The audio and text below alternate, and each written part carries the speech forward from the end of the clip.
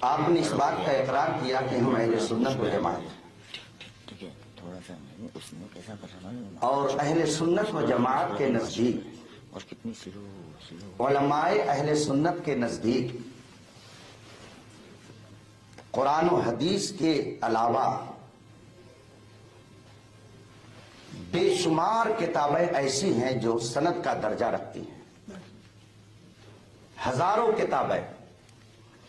مثلا آپ کو قرآن کریم کی تفسیر اپنے من سے کرنے کی اجازت نہیں ہے۔ رسول پاک صلی اللہ علیہ وسلم نے ارشاد فرمایا، من کذب علی متعمدا فلیتبوأ مقعدہ من النار، من قال فی القرآن برأیہ فلیتبوأ مقعدہ من النار، جو میرے اوپر جھوٹ باندھے وہ بھی اپنا ٹھکانہ جہنم بنائے، اور جو قرآن میں اپنی رائے سے اور اپنے من سے جس کی تائید اقوال صحابہ اور ائمہ سے نہ ہوتی ہو، اپنی طبیعت سے قرآن میں کچھ کہے، رسول کریم صلی اللہ علیہ وآلہ وسلم فرماتے ہیں کہ وہ بھی اپنا ٹھکانہ جہنم بنا لے۔ تو قرآن کی تفسیر کو جاننے کے لیے تفسیر کی معتبر کتابیں ہیں، حدیث کی شرح کو جاننے کے لیے حدیث کی بہت ساری معتبر کتابیں ہیں، اسی طریقے سے اصول مناظرہ کو جاننے کے لیے یہ مستند کتاب ہے۔ اگر ان کے نزدیک یہ کتاب مستند نہیں ہے تو انکار کر سکتے ہیں، لیکن چونکہ اپنے آپ کو یہ اہل سنت سے کہتے ہیں اس لیے مجھے یہ امید نہیں ہے کہ وہ انکار کریں گے۔ ہمارے نزدیک جس طرح سے قرآن اور حدیث دلیل ہے، اسی طریقے سے معتبر علماء کی کتابیں اور ان کے ارشادات بھی دلیل ہیں، اور انہوں نے بے دلیل وہ باتیں نہیں کہی ہیں۔ آپ کہہ رہے ہیں کہ انہوں نے قرآن سے کوئی ثبوت نہیں دیا، جبکہ میں نے قرآن کی آیت پڑھی، وَإِذَا خَاطَبَهُمُ الْجَاهِلُونَ قَالُوا سَلَامًا۔ قرآن خود کہتا ہے جاہلوں سے مباحثہ مت کرو، عالموں سے کرو، یہ قرآن کا حکم ہے۔ اور آپ چونکہ قاری صاحب معذرت چاہتا ہوں، آپ نے جو سند دکھائی ہے یہ عالم کی سند نہیں ہے، کہیں آپ نے دو چار کتابیں اردو کی پڑھ لی ہوں گی اور یہ ڈپلومہ ہے جو آپ نے لے لیا، اس کا مطلب آپ کے پاس عالم کی سند نہیں ہے۔ اور مناظرہ کے لیے دونوں کا برابر ہونا ضروری ہے۔ آپ کو میں عبارت پڑھ کے سنا دیتا ہوں، قسم کھا کے کہتا ہوں قاری صاحب آپ یہ عبارت عربی کی نہیں پڑھ سکتے ہیں، خدا کی قسم نہیں پڑھ سکتے ہیں۔ اگر پڑھ سکتے ہیں تو عبارت یہ ہے، آپ اس کو پڑھ کر کے اس کا ترجمہ بتائیے، اور نہیں تو پھر میں ابھی اس کا مطلب بتاتا ہوں۔ آپ نے جو سند پیش کی ہے یہ اردو پڑھنے والوں کی جو ڈپلومہ کرتے لوگ گھر پہ بیٹھ کر کے، یہ عالم کی سند نہیں ہے۔ آپ لوگ نہیں بولیں، چپ بیٹھے رہیں، یہ کتاب ان کو دے دیجئے، اگر وہ پڑھ کر کے اس کا مطلب بتا دیتے ہیں تو پھر میں یہ تیسری بار ان کے سامنے پڑھ رہا ہوں۔ تم بیٹھو، بیٹھو، آپ لوگ دیکھیے حالات اور سمجھیے۔ اب میں اگر ہم چونکہ اہل سنت و جماعت سے ہیں، ہم اپنے اکابر کو قابل اعتبار مانتے ہیں، ان پر ہمارا اعتماد اور بھروسہ ہے، اور یاد رکھیے یہ کوئی ایسے عالم نہیں ہے کہ جن کو آپ بریلوی کہہ کر کے نظر انداز کر دیں۔ ان کا انتقال 1083 ہجری میں ہوا، گویا تقریباً 400 سال پہلے کی یہ کتاب ہے۔ یہ 400 سال پہلے، گنتی میں ادھر ادھر ہو سکتا ہے۔ اس میں یہ لکھتے ہیں کہ مناظرہ کو مناظرہ کیوں کہا جاتا ہے، اس کی وجہ یہ بیان کرتے ہیں کہ اس میں اس بات کی طرف اشارہ ہے۔ میں عربی عبارت اس لیے نہیں پڑھوں گا تاکہ وہ دوبارہ اس کو نقل نہ کر سکے، ترجمہ پڑھ رہا ہوں، عبارت وہ پڑھ دے، پوری مجلس پر ان کا احسان ہوگا، پوری مجلس پر ان کا احسان ہوگا۔ ينبغي ان يكون المناظران، اب آگے میں نے اس لیے اتنی پڑھ دی کہ آپ لوگوں کو یہیں سے پڑھ کر کے وہ سنائیں گے، جس میں لکھا ہوا ہے دونوں مناظر کے لیے یہ ہونا چاہیے کہ وہ ہم پلہ ہوں، ان میں سے کوئی بہت بلند نہ ہو اور کوئی بہت نیچا نہ ہو، ورنہ گفتگو نہیں ہوگی بلکہ آپس میں جھگڑا ہو سکتا ہے۔ اور جب علماء رہیں گے تو وہ اپنے درجے کا لحاظ کریں گے، وہ اپنی گفتگو میں بھی عامی الفاظ اور بازاری لب و لہجہ اختیار نہیں کریں گے۔ اس لیے انہوں نے یہ شرط رکھی ہے۔ اور یہ کتاب جو میرے ہاتھ میں ہے رشیدیہ، اور پھر اس کے مصنف کی تاریخ وفات 1083 ہجری ہے، یہ 1446 ہجری چل رہا ہے۔ آپ لوگ گن لیجئے کہ کتنے سال ہو گئے۔ اعلیٰ حضرت اس وقت پیدا بھی نہیں ہوئے تھے، یہ اس وقت کی کتاب ہے۔ اگر اتنے قدیم علماء کی کتابیں بھی معتبر نہیں تو پھر دین کا دفتر آپ کہاں سے لے کے آئیں گے؟ کن کی باتیں معتبر ہوں گی؟ اس لیے میں نے کہا، اور انہوں نے اپنی طرف سے نہیں لکھا، یہ بہت بڑے عالم تھے اس زمانے کے، تو انہوں نے جو کچھ لکھا کتاب و سنت کی روشنی میں لکھا ہے۔ قرآن سے میں نے آیت کریمہ پیش کی کہ جاہل سے بحث کرنا یہ علماء کا کام نہیں ہے۔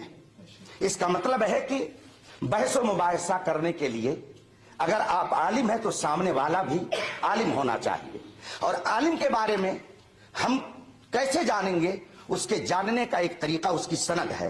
جیسے ابھی ہم نے آپ کے بارے میں جانا کہ آپ نے صرف اردو میں ڈپلومہ کیا، تو یہ ہم نے کیسے جانا؟ کیسے اس کو جانا؟ آپ نے اگر یہ نہ دکھایا ہوتا تو ہم نہیں جانتے۔ اس کا مطلب یہ ہے کہ جو دوسری جماعت کے عربی مدارس میں پڑھنے والے طلبہ سند حاصل کرتے ہیں، آپ نے وہ سند حاصل کی۔ میں الحمدللہ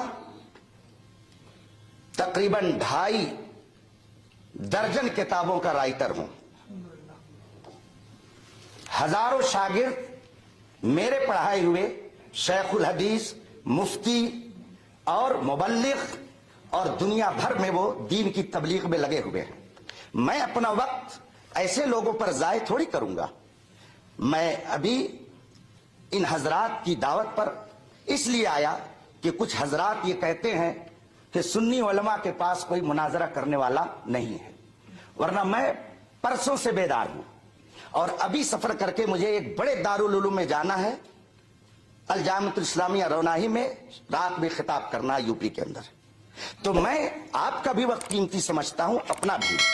انہوں نے یہ سند پیش کی، یہ عالم دین نہیں ہے، اور جب عالم دین نہیں ہے تو عربی کتاب کیا پڑھیں گے؟ مناظرہ کے لیے اصول مناظرہ کا ہونا ضروری ہے، یہ ہم نے نہیں طے کیا ہے، یہ خود آپ نے ہم کو لکھ کر کے دیا ہے۔ تو جو 8 شرطیں آپ کی ہیں، آپ ان شرطوں کے بارے میں بتائیے، ان میں سے کسی ایک شرط کے بارے میں بتائیے کہ یہ قرآن میں ہے یا حدیث میں ہے۔ اگر نہیں ہے تو آپ نے یہ 8 شرطیں لکھ کر کے ہمارے پاس بھیج کر کے وہ یا قرآن کی بھی مخالفت کی اور حدیث کی بھی مخالفت کی، اور پھر آپ نے یہ سند پیش کی۔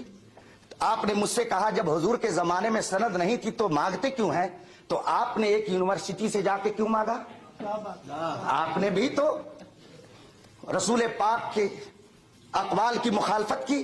ہم دارالعلوموں میں جا کر کے رسول پاک کا علم جہاں پڑھایا جاتا ہے وہاں بھیک مانگتے ہیں، اور آپ کہیں اور جا کر کے بھیک مانگتے ہیں۔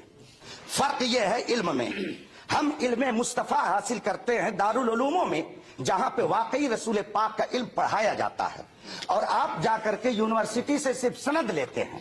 اس کا مطلب ہے کہ آپ ابھی فن مناظرہ کے اصول سے آگاہ نہیں ہیں۔ اگر ہیں تو ان 8 شرطوں کے بارے میں بتائیے، یہ قرآن اور حدیث میں شرطیں کہاں مذکور ہیں جس کو آپ نے ہمارے پاس ارسال فرمایا ہے؟ میں اپنی گفتگو کو ختم کرتا ہوں، اور یہ کتاب پھر میں بھیجواتا ہوں، ان سے کہیے عبارت پڑھ کر کے بتائے یہ شرط ہے کہ نہیں، اور یہ کتاب معتبر ہے یا نہیں، اور اس کتاب کے مصنف کو یہ معتبر مانتے کہ نہیں۔ اگر مانتے ہیں تو اس کے بارے میں بتائیں، اور نہیں مانتے ہیں تو کیوں، اس کی بھی وجہ بتا دیں۔ کتاب حاضر کیجئے شفیق صاحب، پھر لے جائیے آپ۔